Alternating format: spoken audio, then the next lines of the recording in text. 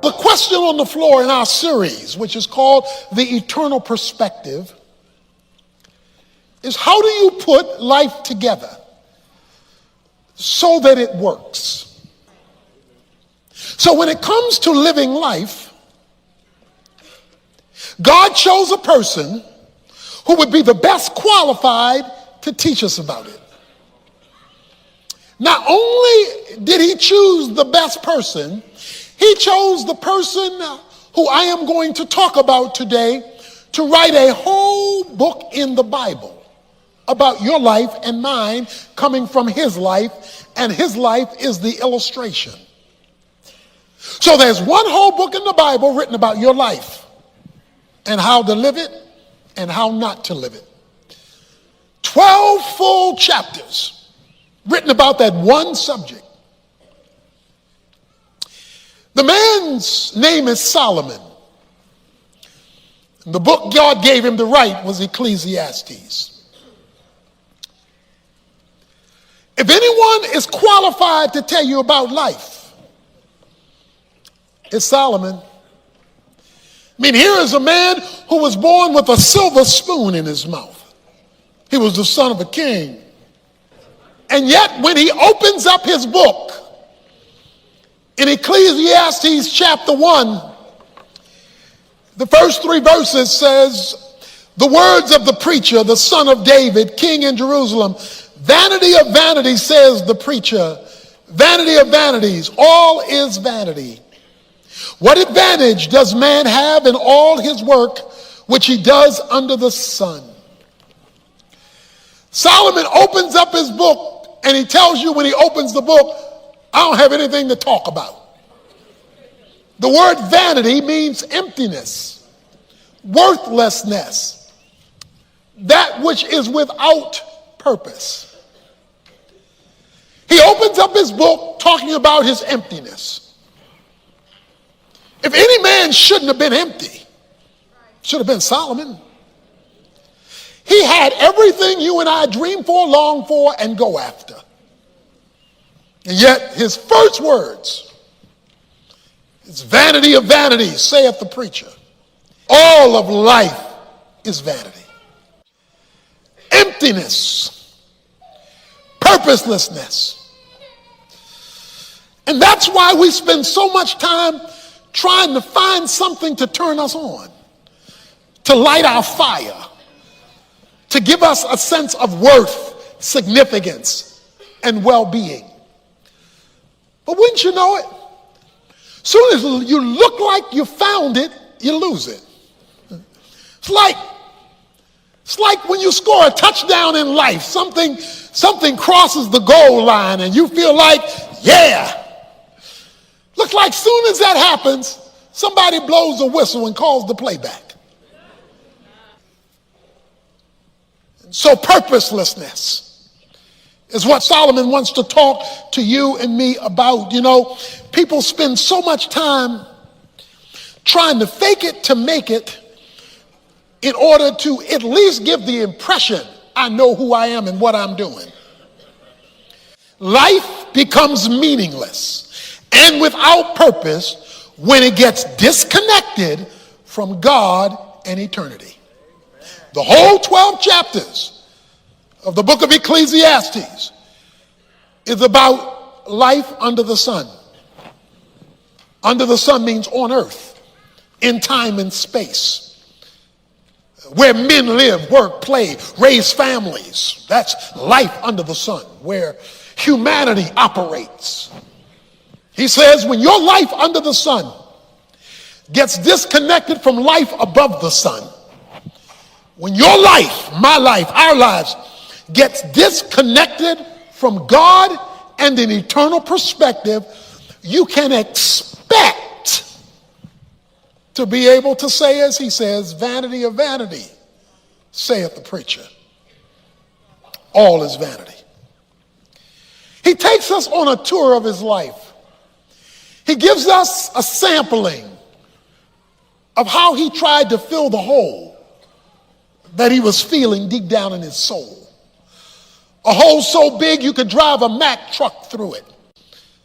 Yet he wanted to get it filled. And so in chapter 2, he says, I said to myself, come now, I will test you with pleasure. He said, I'm a party.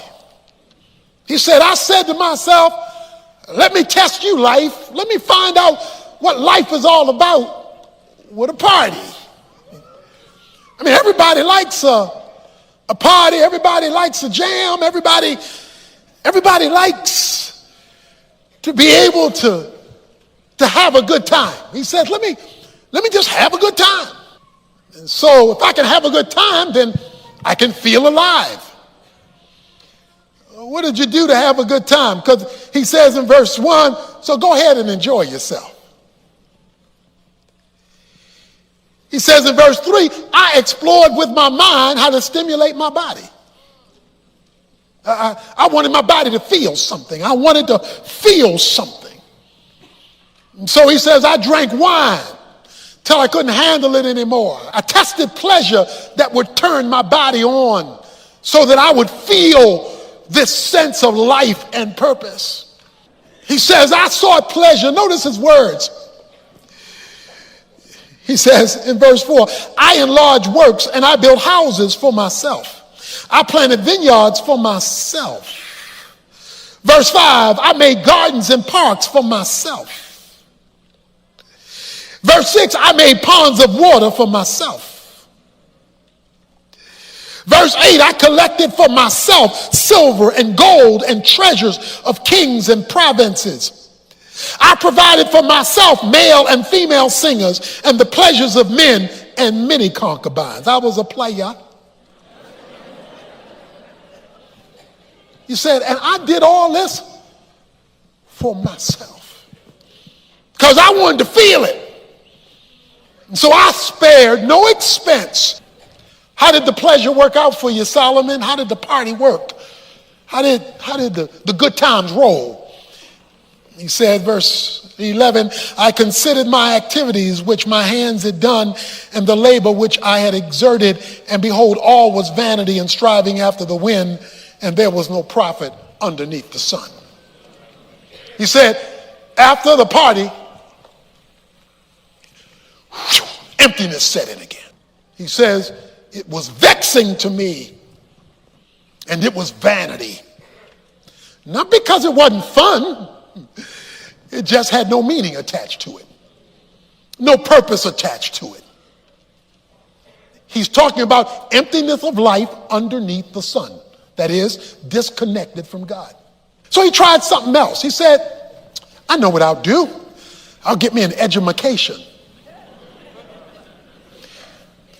Verse 12, so I turned to consider wisdom and madness and folly. For what will the man do who will come after the king except what has already been done? And I saw that wisdom exceeds folly as light excels darkness. The wise man's eyes are in his head, but the fool walks in darkness. And yet I know one fate will befall them both. Then I said to myself, as is the fate of the fool, it will also befall me. Why was I then more wise? This also is vanity.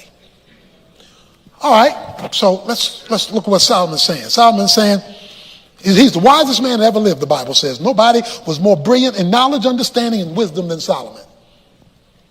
So we'll just liken that to education, because he knew stuff. It's better to go to school and not go to school. It's better to know than to not know. It's better to be wise than to be a fool. He says that's better. But then he says, one day I was looking out the window, and I'm looking out the window, and I watched the fool walk by. This is the kindergarten dropout. The kindergarten dropout walked by. The fool, the guy who didn't know, the guy who had no understanding, the guy who didn't make anything of himself. I watched the fool walk by.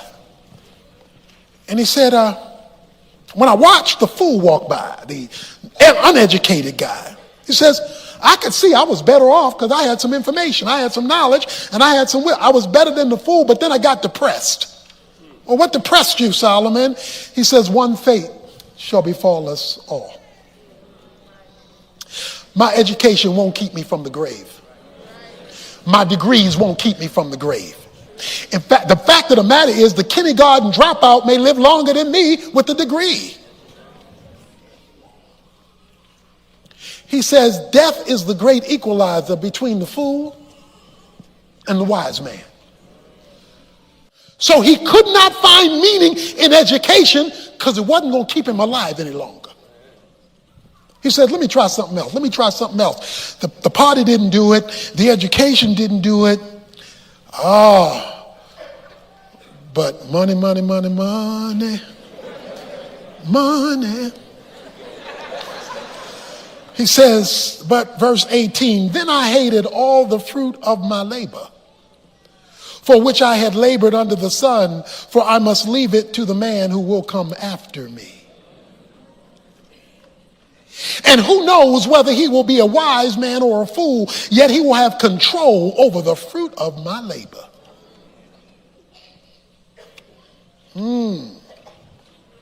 The fruit of my labor, that's your money and stuff money can buy. Okay? That's the stuff you can accumulate with money. Fruit of your labor, the productivity of your life. He said, I looked at all I accomplished. He's a mega billionaire. He says, and I'm going to leave it to the one who should come after me. And who knows whether the one who comes after me is going to value it like I valued it. That leads us to probably the most famous chapter in the book of Ecclesiastes, chapter 3. There's a time for this, and there's a time for that, and there's a time for this, and there's a time for that. Time to live, a time to die, a time to plant, a time to pluck, a time to laugh, a time to cry. He goes through this in the first half of chapter 3. There's a time, a time, a time, a time, a time, a time. What is he saying? He's saying, I got bad news for you. You live, I live, we live in a closed universe. Because soon as you find out there's something to laugh about, something else is going to happen to make you cry. Soon as you find some peace, something else is going to break up to turn it into war. You are locked into a closed universe and there is no escape. That's why people are looking for ways to escape, because they're trying to break out of this closed universe. Because they feel stuck and stymied in things they cannot control that makes life hold them hostage in a way that they do not want to be jailed. God, why are you doing this? Why are you doing this? Verse 9 of chapter 3, what profit is there to the worker from that which he toils? I have seen the task which God has given the sons of men with which to occupy themselves. God, why do you have me trapped in this thing called life when all I've got to look forward to is death? He helps us in verse 11. He has made everything appropriate in its time. He has also set eternity in their heart. Yet so that men will not find out the work which God has done from the beginning even to the end. I know that there is nothing better for them to rejoice and do good in one's lifetime. Moreover, that every man who eats and drinks sees good in all of his labor. It is the gift of God. I know that everything God does will remain forever. That there is nothing to add to it, and there is nothing to take from it, for God has so worked that men should fear him. God has boxed you and me in to time and space and made it so we can't break out of it to force us to him. He has set eternity in your heart. Now, you may not know it, but that longing for fulfillment, God said, is a longing for him. That longing for purpose is a longing for him. So he has set within time and space an empty spot that we try to fill with cheap substitutes in order to find meaning that can only be discovered in him, and he did it on purpose. He set eternity in your heart so that deep down where you live with you, unless you cover it over with fake stuff, there is this hole that only he can fill. So he wants life underneath the sun to get connected with life above the sun. He wants your human life to be connected with God and eternity. And to the degree that you connect eternity to time is to the degree you change vanity into victory. But as long as you disconnect it, you're trapped in something you cannot change. You are not living in the land of the living on your way to the land of the dying. You are living in the land of the dying on your way to the land of the living. So if you think this is it, you're going to live like this is it. If you know this is not it, then you will live as though it's not it, and you will find life in that approach. God doesn't mind you having fun as long as it doesn't exclude him. He doesn't mind you. He says to enjoy life. It is a gift of God. Don't misread that. He says life is a gift of God. Let me tell you what it doesn't say. Life is God. Life is a gift from God. It's never to become God. So the moment you make life a God instead of a gift from God, you make your life an idol that competes with God.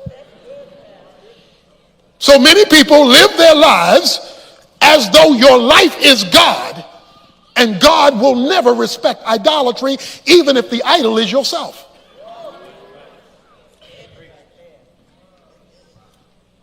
Myself. Life without God is like a needle without a thread and a pen without ink. He says, enjoy life, just don't disconnect it from me. All that's legitimate to enjoy. 1 Timothy 6 says God has given you all things to enjoy. If God has given it and God's not excluded for it, God says enjoy it. Maximize it. Don't disconnect it. And so he closes with the last chapter of the book, chapter 12. And for those of you under 40, I want you to pay close attention to this, you teenagers here under 40, because 40 was the generational switch in the Bible. Once you hit 40, you are now in the next generation, which means a bunch of y'all are going downhill. Okay? If you're over 40, you're heading south. Okay? He says in chapter 12, the book of Ecclesiastes, verse 1, remember your Creator in the days of your youth, before the evil days come and the years draw near when you will say, I have no delight in them. A lot of people want to give themselves to God when there's nothing left to give. They want to read the Bible when they can't see. They want to hear a sermon when they can't hear. They want to serve God when they can't get out of bed. Because he spends the chapter talking about body parts wearing out. He talks about eyes going dim and ears that can't hear and legs that can't walk and arms that can't grab. Now you old and you want to give yourself to God. He says, remember your Creator when you still have eyes and ears and legs and tongue and mind and strength. Remember your Creator in the days of your youth. Parents, remind your children and your grandchildren to remember their Creator when they have the capacity to do something that matters for eternity. Why? Because of the last two verses. The conclusion, verse 13, when all has been heard, is to fear God, keep his commandments, because this applies to every person. The Hebrew means this applies to all of you. For God will bring every act to judgment, everything which is hidden, whether it is good or evil. Because you're going to have to meet God one day.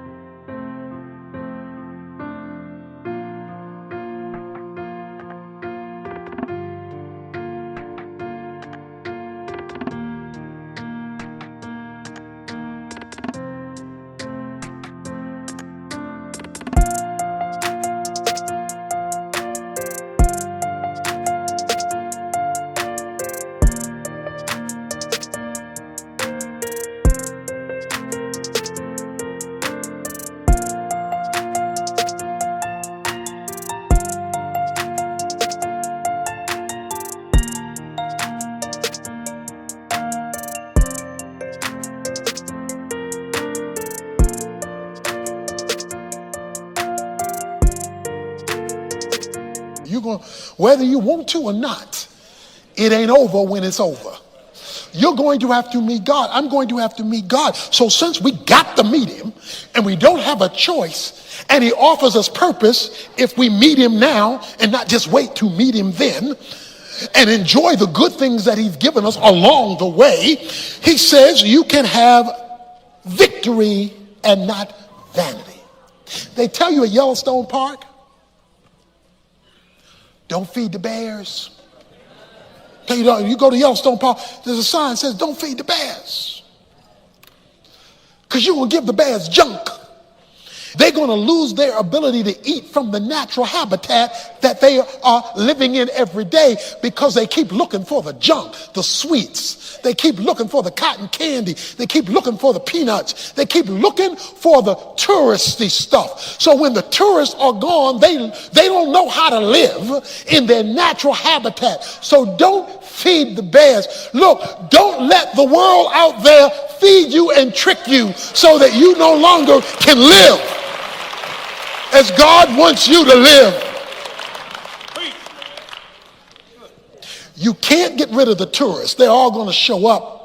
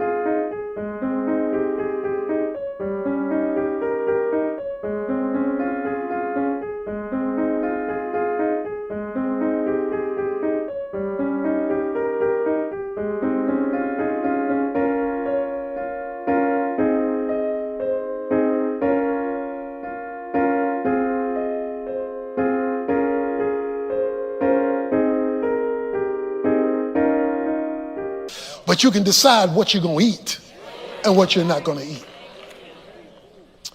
Reggie Jackson had a nickname, a famous baseball player. His nickname was Mr. October. Everybody knew him as Mr. October because in October, the boy would show off. I remember sitting there at a World Series and watched him hit 4 home runs in one game. I was watching 4 home runs in one game. Mr. October showed out.